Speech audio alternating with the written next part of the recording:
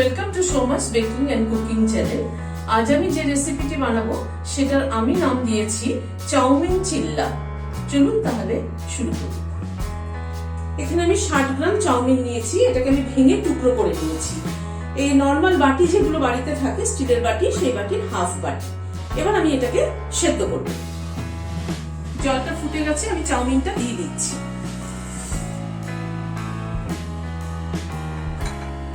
চাউমিনটা এই 2 মিনিট ফুটুক, একটু বেশি সেদ্ধ হবে না কিন্তু চাউমিনটা।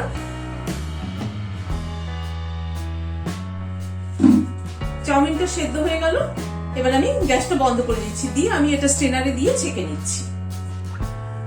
এবার এই স্ট্রেনারে চাউমিনটা ঢেলে দিচ্ছি।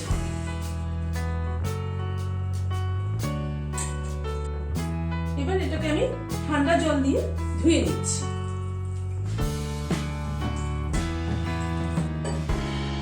ঠান্ডা জল দিয়ে ধুয়ে নিলাম।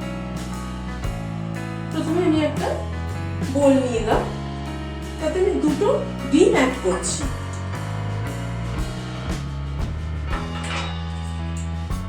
ডিমটা প্রথমে আমি ফেটিয়ে নেব।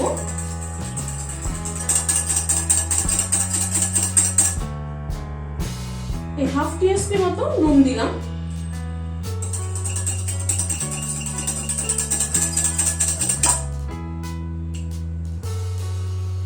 এবার আমি চাউমিনটা যেটা সেদ্ধ করে রেখেছিলাম সেটা অ্যাড করছি। আর এখানে হাফ কাপ ময়দা নিয়েছি আমি, এটা ওজনে হলো 60 গ্রাম, সেটাও অ্যাড করছি। সবগুলো আমি ভালো করে মিশিয়ে নিচ্ছি।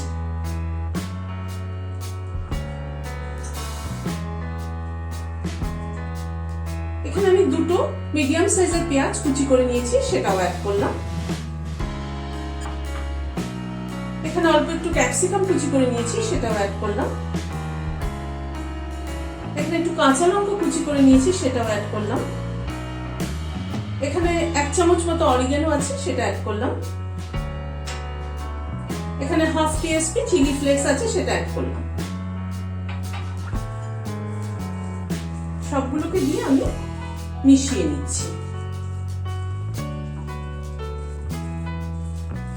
আমি একটু জল অ্যাড করব। আমি এখানে 1/4 কাপ জল নিয়েছি, সেটা অ্যাড করছি। অল্প অল্প করে অ্যাড করব, এটা পুরোটাই লাগবে।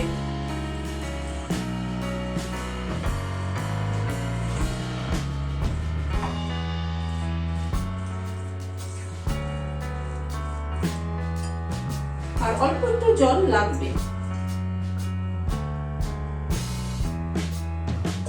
এই হাফ কাপ মানে 1/4 কাপের হাফ আমি আবার নিলাম জল, সেটাও অ্যাড করলাম।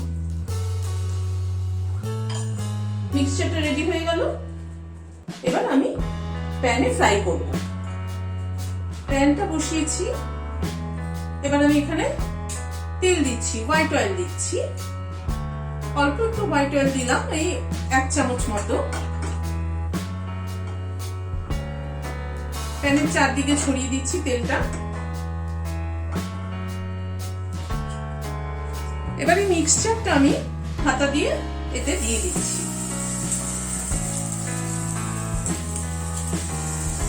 এবার হাতাটা দিয়ে ছড়িয়ে ছড়িয়ে চারদিকে ছড়িয়ে দিচ্ছি এরকম করে।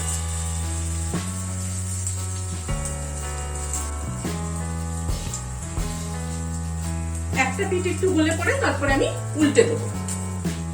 এবার আমি এটার উপরে একটু চিজ গ্রেট করে দিচ্ছি।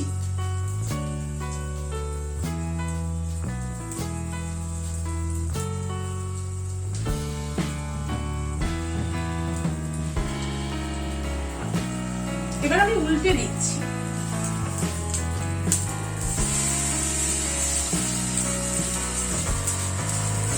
একটা পিঠ সুন্দর লাল হয়ে ভাজা হয়ে গেছে, এবার ওদিকটাও ভাজা হবে এরকম করে। এক একটা পিঠ ভাজা হতে এই মিনিট 2 মতো টাইম লাগছে। এবার এই পিঠটাও হয়ে গেছে, এবার আমি এই পিঠটা উল্টে দিচ্ছি। এই পিঠটাও সুন্দর লাল হয়ে ভাজা হয়ে গেছে, এবার আমি তুলে নিচ্ছি।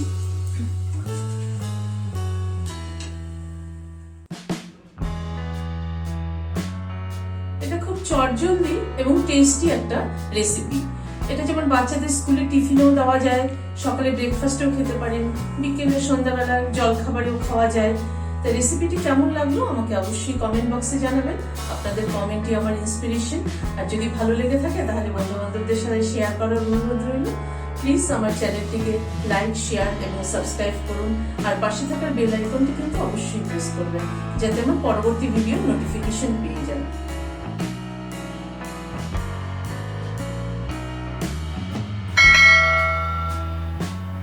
আজ তাহলে এখানে শেষ করছি। ভালো থাকবেন, সুস্থ থাকবেন। Bye bye.